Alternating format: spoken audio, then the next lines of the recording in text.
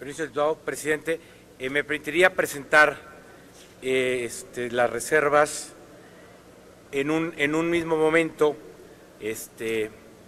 y ponerlas a su consideración.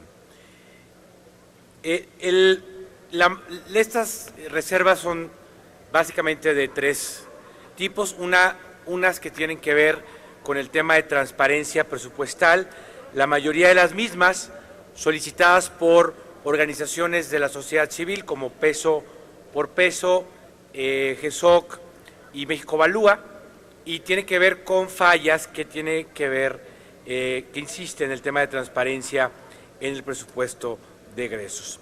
Una tiene que ver con el artículo 3º, que tiene que ver con el gasto total del presupuesto y que se pide que el anexo 3 desglose rubro por rubro los tipos de gasto que se incluyen en este apartado y que se publique en información analítica. La mayor parte de la información que se publica y que se hace pública no es manipulable, no está en formato de datos abiertos. Los datos abiertos es un reto enorme que tienen las finanzas públicas en México y pues simplemente lo que pedimos es que ese anexo se desglose por tipo de gasto y se incluya en formato analítico. Creemos que pues es lo mínimo que el ciudadano requiere para poder analizar el gasto público.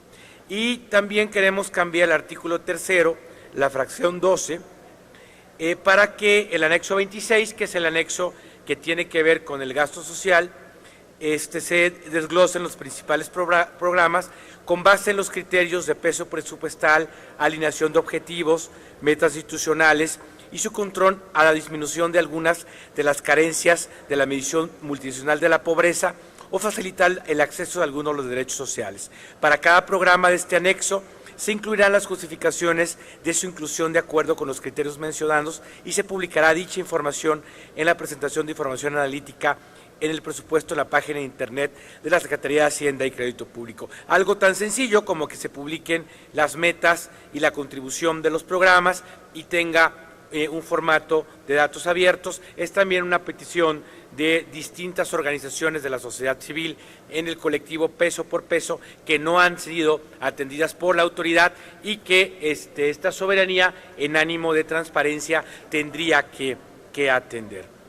El segundo tema que me interesaría pues que se pudiera abundar es el tema del cambio climático, que parecería que es un tema que ha dejado de tener interés en esta Cámara. Hace 3 años el tema de cambio climático era importante. Hoy la Secretaría del Medio Ambiente no solo tiene un recurso de origen del Ejecutivo, tiene un recurso que se acaba de votar por esta soberanía para volver a disminuir los recursos. No es un tema que nos importe. Y por lo tanto yo propongo que el anexo 16, donde se desglosan los temas de cambio climático, pues se detallen los objetivos, el ramo, el nombre, etcétera, para poder tener un seguimiento. Esto es una petición que tienen distintas organizaciones también que trabajan con organismos internacionales en el tema del cambio climático y que también sería muy importante que pudiera ser atendido, dado que no hay un compromiso con el tema. La otra parte de las reservas que quisiera yo hacer, y también es en concordancia con discusiones que ha habido en esta Cámara de Diputados en otros momentos, y curiosamente que había sido una preocupación de la bancada del PRI en la legislatura anterior, tiene que ver con los recursos reasignados y que tienen que ver con subejercicios. En ese sentido, proponemos una modificación al artículo 7º para que tenga un párrafo al final que diga que en caso concreto de aquellos recursos que han sido reasignados por incumplimiento de los plazos a programas sociales y de inversión en infraestructura que fomente la movilidad urbana sustentable, también deberá apegarse a los lineamientos establecidos por la Secretaría. Nos parece que tiene que ser un tema fundamental.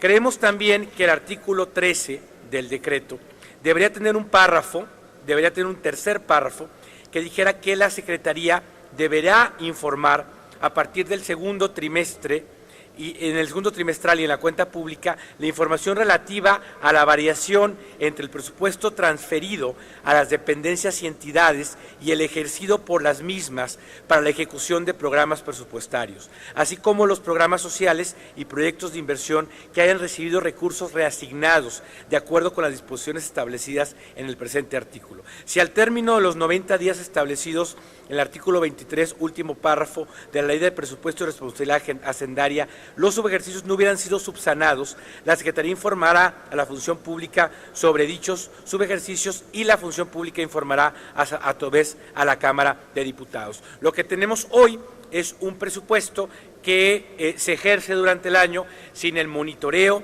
adecuado y los informes trimestrales no abundan en el tipo de proyectos y en el tipo de recursos que son reasignados. Por lo tanto, el monitoreo que realiza la sociedad a los recursos reasignados no es el adecuado y pues se presta a distintos problemas de que no podemos tener un seguimiento adecuado.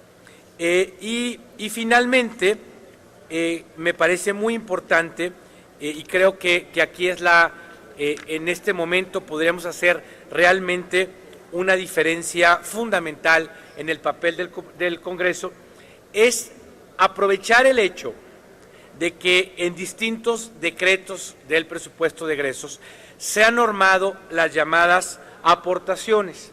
Las aportaciones son los recursos del ramo 33, son estos recursos transferidos a las entidades con fines específicos y que a lo largo del decreto uno puede identificar como distintos fondos son normados en el decreto.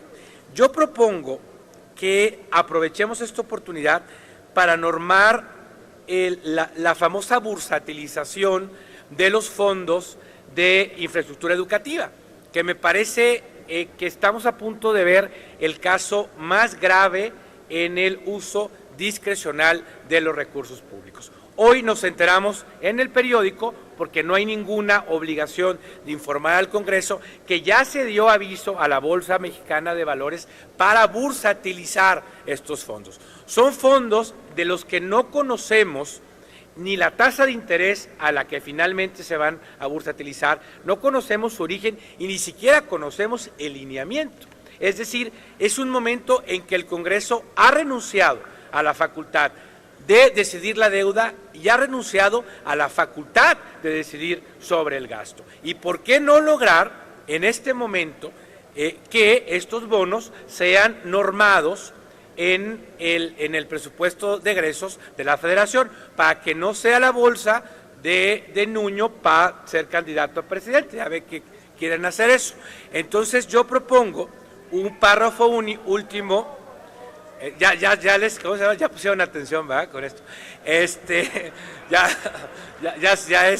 vieron ahí que Nuño sí quiere ser presidente y que quiere usar los bonos ahí para hacer campaña. Entonces, para evitar esto, yo propongo un artículo último en el artículo 39, un último apartado que dice, yo pediría un poco más de tiempo en virtud del número de... efectivamente está presentando en paquete un conjunto de reservas el diputado Llerenas, y hay que ser flexibles con el tiempo. Un par de minutos sería necesario. Yo creo que para la emisión de los bonos de infraestructura educativa, la Secretaría de Educación Pública debería enviar para su autorización a la Cámara de Diputados a más tardar el 28 de febrero el monto de la emisión, porcentaje que representará del Fondo de Aportaciones Múltiples en la entidad participante, listado de escuelas consideradas y número de beneficiarios por entidad federativa y municipio.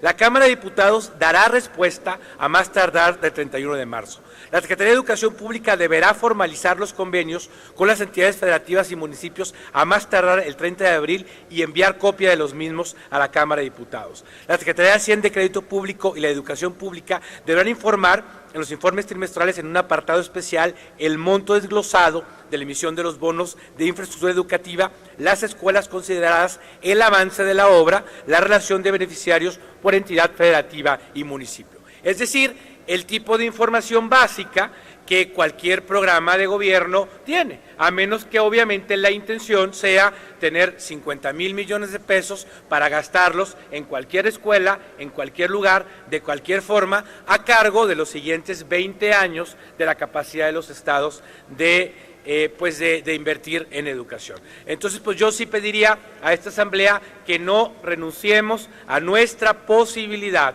de fiscalizar el gasto, de determinar el gasto y que volvamos a usar la posibilidad de normar las aportaciones federales en algo tan problemático, tan crítico y potencialmente tan dañino como puede ser usar más bonos educativos por 20 años. Muchas gracias. Gracias. Diputado Llerenas, consulte la Secretaría en votación económica. Presidente, quisiera hacer solamente una petición. Si se pudiera poner a consideración del Pleno el conjunto de las primeras reservas que presenté en una primera manifestación del Pleno y en una segunda, esta que estoy haciendo con posibilidad de normar los fondos de infraestructura educativa para conocer qué diputados específicamente si quieren que el Congreso fiscalice la bursatilización y qué diputados consideran que 50,000 millones de pesos pues, pueden ser ejercidos sin que el Congreso siquiera sepa a qué se van a dedicar. Entonces, no sé si sea posible pedir solamente eso, el primer bloque y la última reserva. O sea, el primer bloque es todas con excepción de la última. Así es, con excepción de la última parte. Del 39, cuando queremos información y precisión sobre en qué se va a gastar la bursatilización de los bonos. Ok, con excepción de lo referente al artículo 39, votar todas en conjunto y una votación por separado, lo relacionado con el 39, con las propuestas que usted hizo. ¿Así es? Así es, gracias. Gracias.